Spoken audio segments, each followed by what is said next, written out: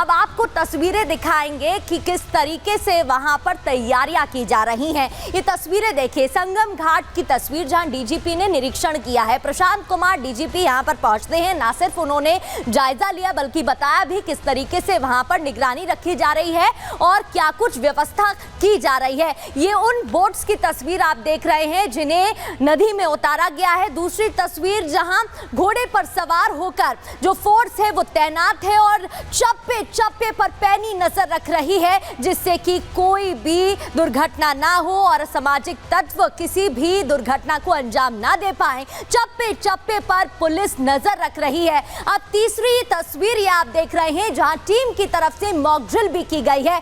आपात हालातों में ड्रिल की गई है कि जब ऐसी कोई सिचुएशन आएगी तो उसे कैसे कंट्रोल करना है, उसकी भी पूरी तैयारी यहां पर की जा रही है। ये 3 तस्वीरें आपको टीवी स्क्रीन पर दिखा रहे हैं। पहली तस्वीर आपने देखी जहां नदी पर बोट उतारी गई है, बोट उतार दी गई है, साथ ही ब्लैक कैट कमांडो भी मैदान में है। तो क्या कुछ कदम टीम उठा रही है उसकी ये तस्वीर मॉक ड्रिल के जरिए यहाँ पर पहले से ही तैयारियों का निरीक्षण किया गया है कि कोई आपात सिचुएशन आती है या ऐसी कोई स्थिति होती है तो फिर किस तरीके से कदम उठाए जाएंगे। और डीजीपी प्रशांत कुमार ने तैयारियों को लेकर क्या कुछ कहा, सुनिए।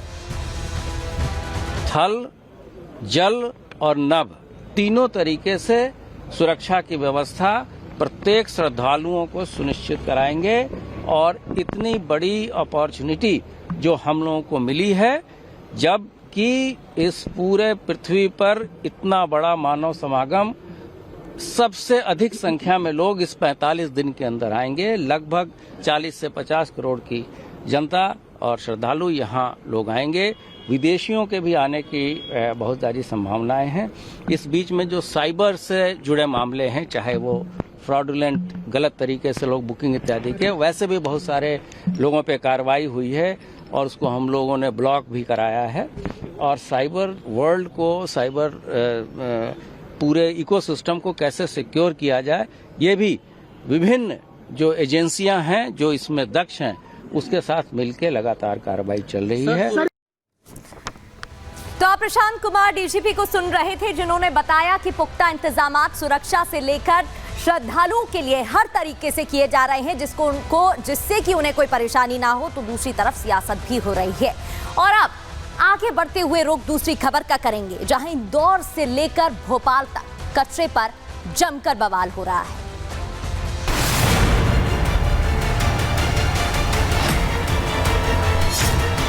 कृपया हम लोगों की और कलेक्टर महोदय की, सब लोगों की बातों को सुने, किसी तरह की अफवाह में ना आए। सुबह में कुछ अफवाहें आई कि कचरा जलाना शुरू कर दिया गया है और वहाँ कुछ मजदूर बेहोश हो गए। ऐसी किसी भी अफवाह में पीथमपुर की जनता को आने की बिल्कुल जरूरत नहीं है।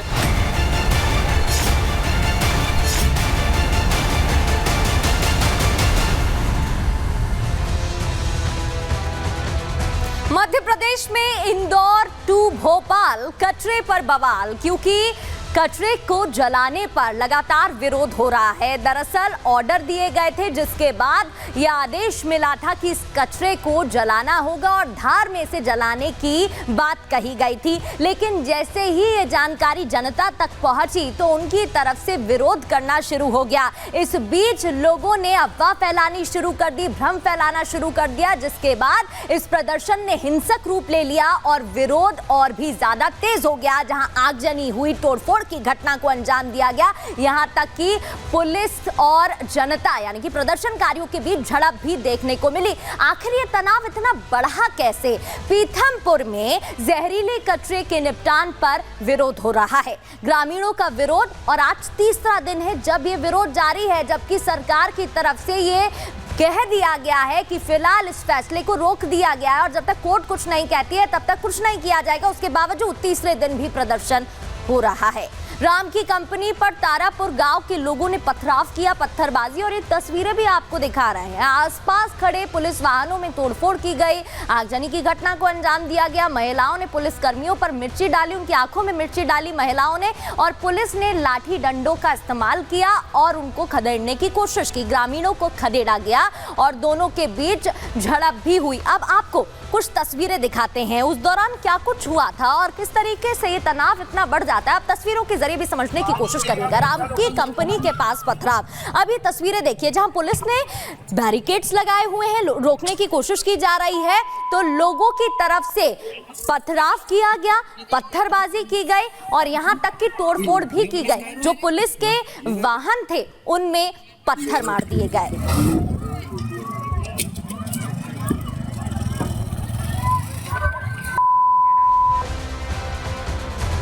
तो जब सरकार की तरफ से साफ कर दिया गया है कि जब तक कोर्ट कोई फैसला नहीं लेता है तब तक कोई निर्णय नहीं लिया जाएगा और इस जहरीले कचरे को जलाया भी नहीं जाएगा, उसके बावजूद 3 दिन हो गए हैं और तनाव देखने को मिल रहा है। राम की कंपनी के बाहर लोगों का प्रदर्शन जारी है। कब तक इस तरीके से प्रदर्शन जारी रहेगा और कोर्ट की तरफ से क्या कदम उठाए जाएंगे, क्या कुछ फैसला आएगा, आपको पहले रिपोर्ट दिखाते हैं।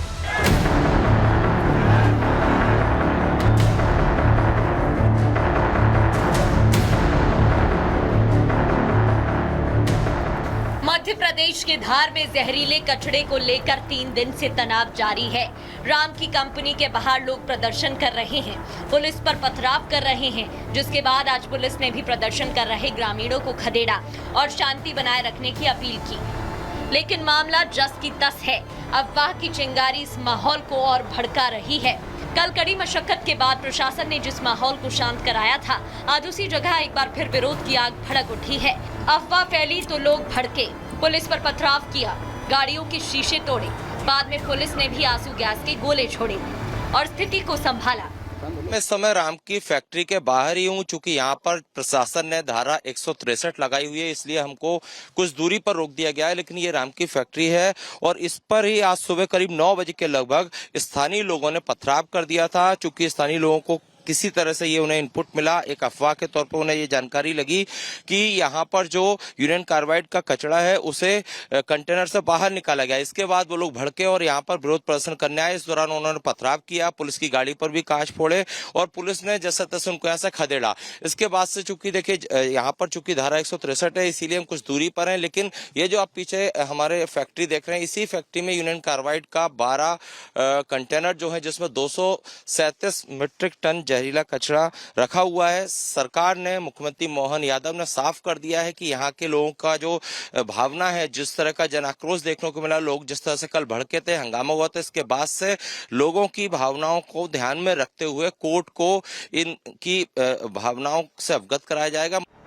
दरअसल पीथमपुर के राम की फैक्ट्री में भोपाल की यूनियन कार्बाइड फैक्ट्री का 337 मैट्रिक टन जहरीला कचरा रखा गया है, जिसको यहां पर नष्ट किया जाना था। स्थानीय लोगों को जानकारी हुई तो विरोध तेज हो गया। हालांकि अब लोगों के बढ़ते आक्रोश को देखते हुए पुलिस और प्रशासन ने पूरे इलाके की ड्रोन से निगरानी करने के साथ अफवाह से बचने की भी अपील की है। मैं आपके माध्यम से पीथमपुर की आम जनता से अपील करना चाहता हूँ, ये जो यूनियन कार्बाइड का कचरा आया है, यहाँ के आम लोगों को, यहाँ के जनप्रतिनिधियों को बहुत ही पारदर्शिता के साथ बिना विश्वास में लिए आगे वाला कोई कदम नहीं उठाने जा रही सरकार। मध्य प्रदेश सरकार ने स्पष्ट किया है कि हम आम जनता के, पीथमपुर की जनता के जीवन को संग और किसी की भी तरह से सुरक्षा खतरे में आए, ऐसा कोई कदम नहीं उठाएंगे। किसी भी अफवाह में पीथमपुर की जनता को आने की बिल्कुल जरूरत नहीं है। मैं बिल्कुल स्पष्ट तौर से आप सबको बताना चाहता हूं, कचरे का एक कण नहीं जलाया गया है। अभी यथास्थिति में पूरा कचरा जैसा भोपाल से लाया गया था उसी स्थिति में है और हम सब लोग उसी हिसाब से अब यहाँ पे यथास्थिति बरकरार रख रहे हैं। कोई मजदूर हताहत नहीं हुआ है रामकी के परिसर में। वहाँ पे हमारे लोग तैनात हैं, हमारे नायब तहसीलदार, हमारे एसडीएम सब वहीं पे मौजूद हैं, वहाँ पुलिस बल है। आसपास के क्षेत्र के लोगों को मैं ये बोलना चाहूँगा, किसी प्रकार से कानून व्यवस्था को भंग मत करिए।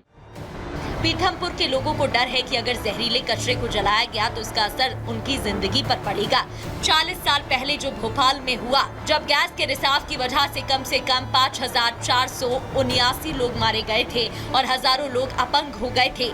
लोगों को लगता है कि कचरा जलाने से वैसा ही असर पीथमपुर में भी पड़ेगा। लिहाजा मोहन सरकार ने कचरे के निस्तारण पर रोक लगा दी है और कोर्ट का रुख किया है।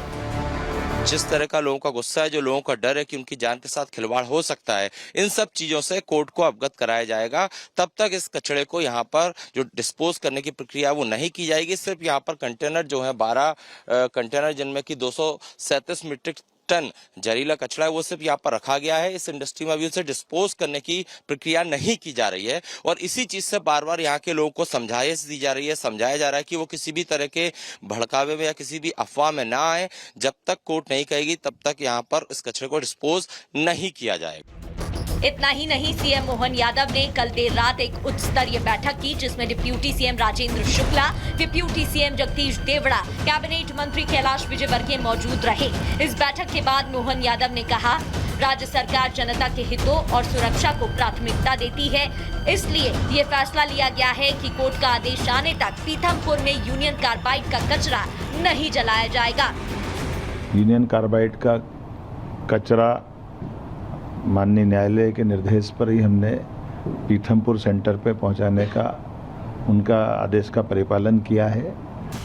आपको बता दें कि एमपी हाई कोर्ट ने 3 दिसंबर को इस कारखाने के जहरीले कचरे को हटाने के लिए 4 हफ्ते की समय सीमा तय की थी और सरकार को चेतावनी दी थी कि अगर उसके निर्देश का पालन नहीं किया गया तो अवमानना की कार्रवाई की जाएगी।